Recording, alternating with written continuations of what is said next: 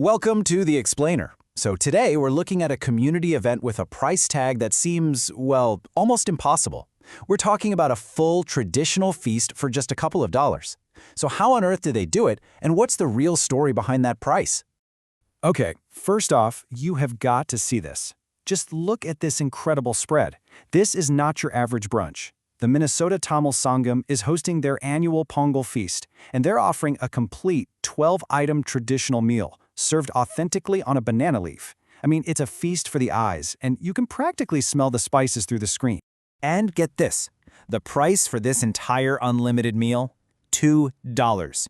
Nope, that is not a typo, $2 for a dozen different dishes.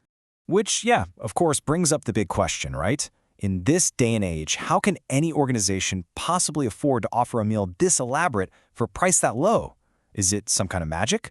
Or is there a really clever model at work here?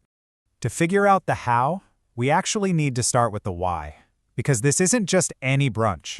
It's a deeply cherished tradition. You see, this feast celebrates Pongal, the traditional Tamil harvest festival. For this community, it's a really important time for gathering, celebrating, and of course, sharing some absolutely incredible food. And wow, the menu really drives that tradition home. We're not talking about a couple of items here. We're talking a full spread of a dozen dishes, everything from savory stews and spicy curries to sweet puddings and crispy fritters. This is so much more than a simple meal.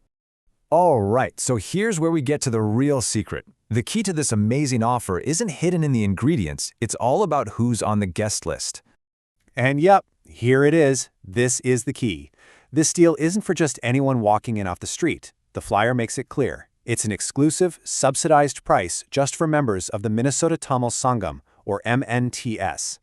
And becoming a member means paying an annual fee. It's pretty straightforward. $70 for a family, $45 for a single adult, and $35 for students. This fee, well, it's the foundation that makes everything else possible. So let's actually do the math. How does a membership fee translate into a $2 feast?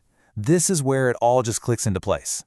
What's really cool is that the organization is super open about its costs. They show you exactly how it works. For every meal they serve, there's this big gap between what it really costs and what members pay.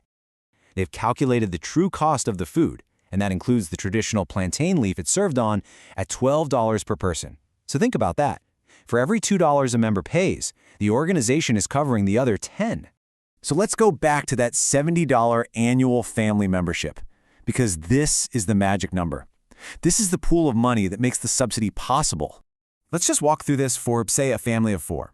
The real cost for their meals is $48, but they only pay $8 at the door. So where does that other $40 come from?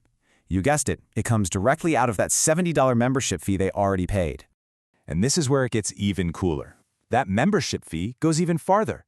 So $40 from the family's fee subsidizes this one meal. The other $30? Well, that helps fund other community events throughout the year, like a summer festival. So you see, this is so much more than just an affordable lunch, right?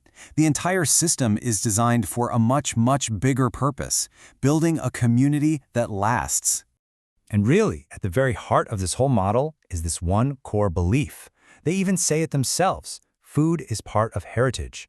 Sharing traditional food isn't just about feeding people. It's a vital act of preserving and passing on their cultural identity.